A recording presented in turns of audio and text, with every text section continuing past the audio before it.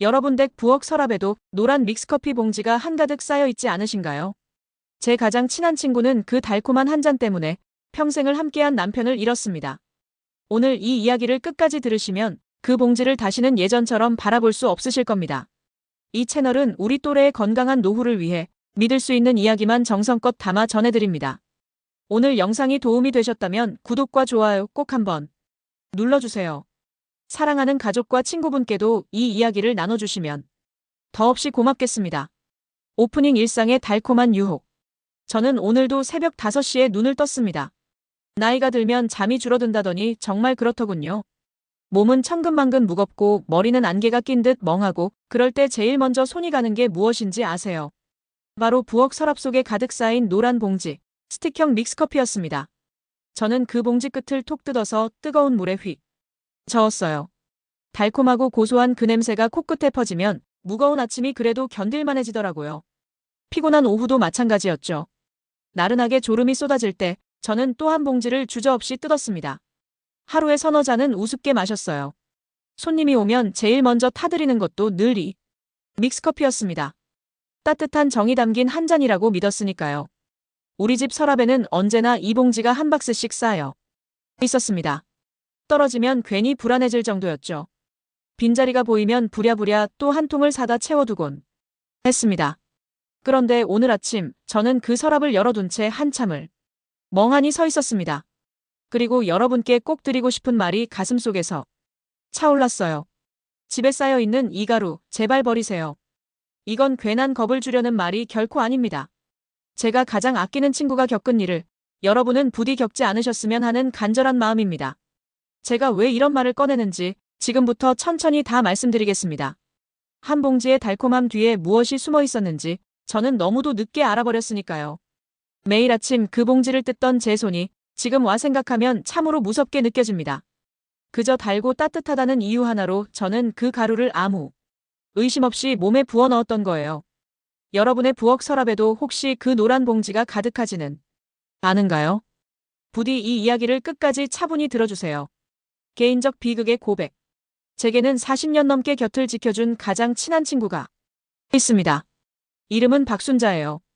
우리는 젊을 적부터 한 동네에서 살을 부대끼며 정답게 살았습니다. 박순자의 남편 한상수 씨는 평생을 우직하고 성실하게 산 사람이었어요. 새벽같이 일을 나가고 저녁이면 어깨가 축 처진 채로 돌아왔습니다. 그런 한상수 씨가 세상에서 제일 좋아한 게 바로 박순자가 타주는 믹스커피였어요.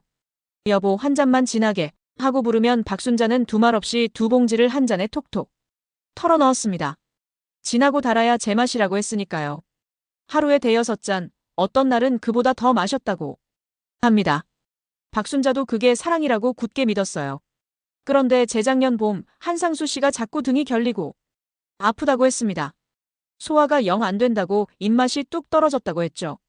처음엔 그저 나이 탓이려니 가볍게 넘겼습니다. 그런데 멀쩡하던 사람이 살이 쭉쭉 빠지더군요. 덜컥 겁이 나 병원에 갔더니 의사 선생님의 얼굴이 순식간에 굳었습니다. 췌장암, 그것도 이미 많이 퍼진 상태라고 했어요. 곁에서 그 말을 함께 들은 저도 다리에 힘이 풀렸습니다. 췌장은 침묵의 장기라 신호가 한참 늦게 온다더군요. 한상수 씨는 끝내 반년을 채 버티지 못하고 떠났습니다. 박순자는 장례를 다 치르고 제 손을 꼭 붙잡은 채 흐느꼈어요. 진하게 타달라던 그 한 잔을 내가 더 달게 저어주었다고요. 혹시 내 손으로 그이의 췌장을 망가뜨린 건 아니냐고 그렇게 목 놓아 울부짖었습니다. 저는 그 모습에 가슴이 와르르 무너졌어요. 저 역시 우리 식구에게 똑같이 타주던 사람이었으니까요. 그날 밤 저는 집에 돌아와 부엌 서랍을 한참이나 바라보았습니다. 박순자의 울음소리가 귓가에서 떠나지 않았어요. 남의 일이 결코 아니었습니다. 전문가의 경고 문제 제기. 친구의 남편을 그렇게 허망하게 떠나보내고 저는 도저히 가만히 앉아있을 수가 없었습니다. 남의 일 같지가 않았거든요. 대체 무엇이 어디서부터 잘못된 건지 그것만은 꼭 알아야겠더군요. 그래서 큰맘 먹고 종양내과의 윤재호 선생님을 찾아갔습니다. 저는 떨리는 목소리로 조심스레 물었어요. 선생님, 정말 그 커피가 문제였을까요? 윤재호 선생님은 한참을 골똘히 생각하더니 차분하게 말씀하셨습니다. 한 가지 음식이 암을 만든다고 딱 잘라 단정할 수는 없습니다. 하지만 위험을 차곡차곡 높이는 습관은 분명히 있습니다. 라고요. 그러면서 스틱커피 한 봉지를 제 앞에 두고 가만히 들여다보라고 했습니다. 그 작은 봉지 안에는 정제된 흰 설탕이 가득 들어 있죠. 거기에 식물성 크림, 흔히들 프림이라 부르는 가루가 더해집니다. 이건 포화지방이 빽빽하게 뭉친 가루예요. 단맛과 기름이 한 봉지에 압축되어 있는 셈입니다. 윤재호 선생님은 이렇게 표현했습니다. 정제당과 포화지방이 한꺼번에 쏟아져 들어오는 이 복합 가루를 하루에 몇 잔씩 몇 년을 마시면 몸은 안에서 조용히 무너진다고요. 특히 췌장은 침묵의 살인자라 불리는 췌장암이 코앞에 올 때까지도 거의 신호를 보내지 않는다고 했습니다. 저는 그 말에 등골이 서늘하게 식었어요. 박순자가 매일 정성껏 타주던 그 한 잔이 사실은 가장 위험한 습관이었을지도 모른다는 생각에 손끝이 떨렸습니다. 윤재호 선생님은 마지막으로 나직이 덧붙였습니다. 아직 늦지 않았으니 지금부터라도 꼭 바꾸시라고요. 저는 진료실을 나서며 손에 쥔 그 노란 봉지를 한참이나 내려다보았습니다. 이 작고 가벼운 봉지 하나가 어떻게 그토록 무서운 일을 벌일 수 있었을까요? 위험을 높이는 습관, 그 말이 좀처럼 잊히지 않았어요. 과학적 메커니즘 설명. 여기서 제 소개를 조금 드려야겠습니다. 저는 김영자라고 합니다. 식품회사에서 무려 45년을 일하고 은퇴했어요. 평생토록 먹는 것을 손으로 다뤄온 사람이죠. 지금은 용인시 양지읍에서 작은 텃밭을 가꾸며 조용히 삽니다. 친구의 그 일을 곁에서 지켜본 뒤 저는 늦은 나이에 다시 책을 펴들었습니다. 원광디지털대학 한방건강학과에 들어가 약선 요리를 본격적으로 공부하기 시작했어요. 음식이 약이 되기도 하고 때로는 독이 되기도 한다는 걸 제대로 알고 싶었거든요. 그곳에서 정수민 교수님께 배운 이야기가 제 가슴을 쿵 하고 쳤습니다. 교수님은 이렇게 말씀하셨어요. 단 것이 한꺼번에 몸에 쏟아져 들어오면 혈당이 폭발하듯 치솟는다고요.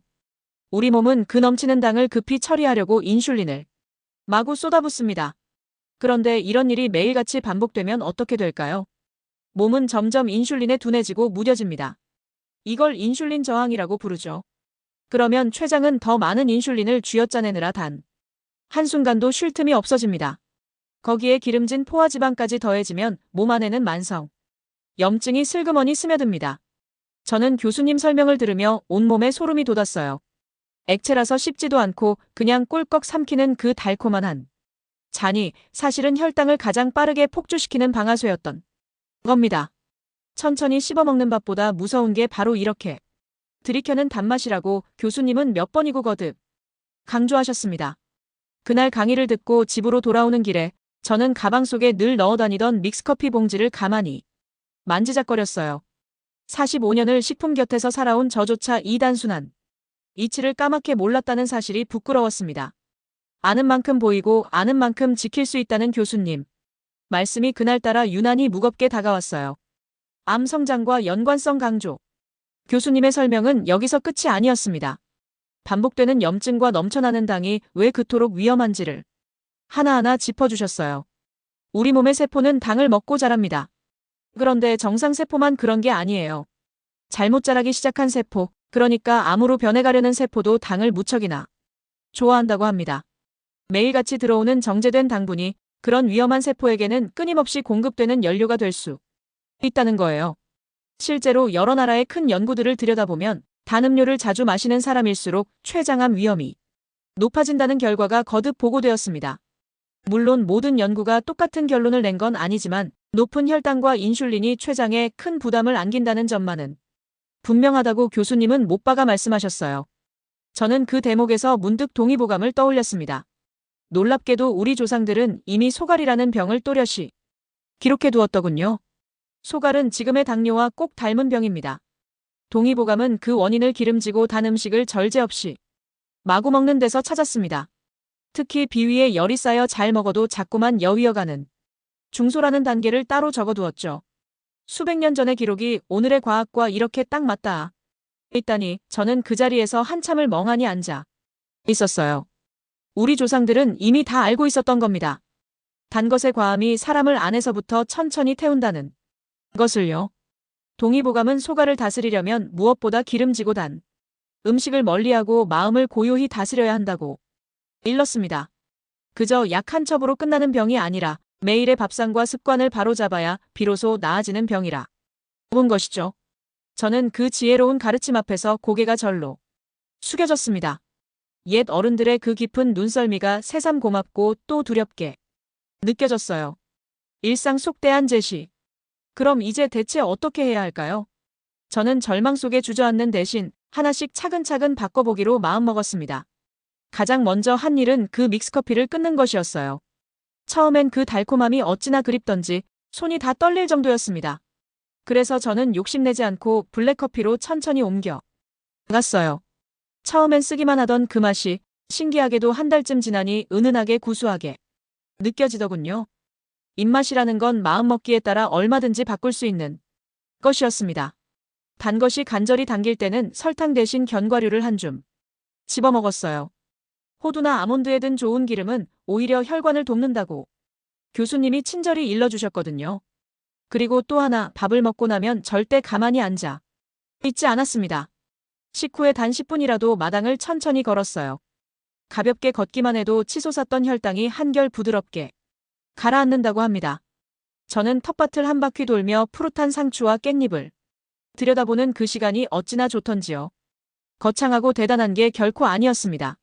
한 잔의 선택, 한 줌의 간식, 10분의 걸음. 이 사소한 것들이 차곡차곡 모여 제 몸을 든든히 지켜주기 시작했어요. 단 한 컵의 선택이 10년 뒤 제 췌장을 살릴 수도 있고 죽일 수도 있다는 그 말을 저는 이제야 뼈에 사무치게 이해합니다. 여러분도 바로 오늘부터 충분히 시작하실 수 있어요. 처음부터 완벽하게 다 끊으려 애쓰지 않아도 됩니다. 한 잔을 반잔으로 줄이고 두 봉지를 한 봉지로 줄이는 것만으로도 몸은 분명 달라지기 시작하니까요. 저도 그렇게 작은 걸음으로 시작했습니다. 조급해하지 말고 천천히, 그러나 꾸준히. 그게 제가 몸으로 직접 깨우친 가장 확실한 방법이었어요. 작은 습관 하나가 쌓이면 1년 뒤에 몸은 완전히 달라져 있을 겁니다. 감성적 마무리, 가족과 건강의 가치. 믹스커피를 끊고 텃밭을 천천히 거닐 때면 저는 자주 한상수 씨를 떠올립니다. 그분이 지금까지 살아있었다면 박순자와 나란히 마당을 함께 걸었을 텐데요. 진하게 타달라던 그 한 잔 대신 따뜻한 보리차 한 잔을 다정하게 권할 수 있었을 텐데요. 저는 그 생각이 들 때마다 가슴이 가장 사무치게 아립니다. 박순자가 사랑한다며 정성껏 타준 그 커피가 알고 보니 남편을 조금씩 해치고 있었다는 사실 말입니다. 그건 결코 박순자만의 일이 아니었어요. 저 역시 우리 식구에게 똑같이 타주던 사람이었으니까요. 하지만 우리는 그 깊은 후회 속에만 마냥 머물지 않기로 했습니다. 후회만 끌어안고 살다 보면 얼마 남지 않은 날들마저 잃어버리니까요. 요즘 저는 박순자와 함께 텃밭을 거닐며 따뜻한 블랙커피를 나눠 마십니다. 그래서 저는 이 가슴 아픈 이야기를 여러분께 꼭 전하고 싶었어요. 우리 나이가 되면 건강이 곧 품격이더라고요. 자식들에게 무거운 짐이 되지 않고 내 두 발로 마당을 또박또박 걷고 좋아하는 사람들과 따뜻한 밥 한 끼 나누는 것. 그게 바로 노년의 진짜 행복이었습니다. 그 소중한 행복을 지키는 일이 멀리 동떨어져 있지 않아요. 바로 오늘 내 손에 든 그 한 잔에서부터 조용히 시작됩니다. 박순자는 남편을 잃고 나서야 비로소 그걸 깨달았지만 여러분만은 부디 늦지 않으셨으면 합니다. 저처럼 또 박순자처럼 빈자리를 바라보며 뒤늦게 가슴을 치지 않으시길 진심으로 바라요. 사랑하는 사람에게 정말로 좋은 것을 권하는 일, 그것이야말로 진짜 사랑이라는 걸 부디 잊지 마세요. 저는 그 말을 여러분께 꼭 드리고 싶었습니다. 박순자도 이제는 저와 함께 웃으며 이 말을 전합니다. 우리가 늦게 깨달은 이 진실이 부디 여러분께는 제때 가닿기를 바라요. 콜투 액션, 당장 해야 할 3가지 실천 수칙. 마지막으로 오늘부터 바로 실천하실 수 있는 3가지를 깔끔하게 정리해드리겠습니다. 하나도 어렵지 않으니 꼭 마음에 새겨두세요. 첫째, 믹스커피를 끊으십시오. 당장 다 버리기가 영 어렵다면 우선 하루에 한 잔씩만이라도 줄여가세요. 진하고 달게 타는 그 습관부터 슬며시 내려놓는 겁니다.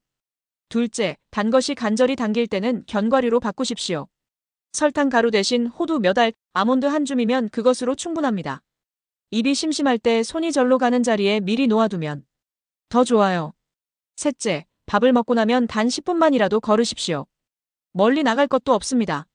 집안을 빙빙 돌든 골목을 한 바퀴 돌든 가볍게 몸을 움직이기만 하면 치솟은 혈당이 한결 부드럽게 가라앉습니다. 정말 이 세 가지면 충분합니다. 믹스커피를 멀리하고 견과류로 바꾸고 식후에 10분을 걷는 것. 저는 이 작고 사소한 습관들이 제 남은 인생을 통째로 바꿔놓았다고 자신있게 말씀드립니다. 여러분의 췌장은 지금 이 순간에도 묵묵히 제 할 일을 하고 있어요. 그 고마운 장기가 보내는 침묵을 더는 모른 척 외면하지 마세요. 자, 이제 진심으로 부탁드립니다. 지금 바로 주방으로 가보세요. 그리고 식탁 위에 덩그러니 놓인 그 노란 봉지를 조용히 내려놓으십시오. 그 한 번의 작은 선택이 여러분의 10년 뒤를 든든히 지켜줄 겁니다. 오늘 내려놓은 그 한 봉지가 훗날 가족과 더 오래 함께할 시간을 선물해 줄 거예요. 저는 그 사실을 친구를 통해 뼈아프게 배웠지만 여러분은 바로 지금 알게 되셨습니다. 이보다 더 큰 행운이 어디 있을까요? 부디 건강하시고 오래오래 사랑하는 사람들 곁에 머무시길 진심으로 바랍니다. 오늘 이 한 걸음이 그 시작입니다.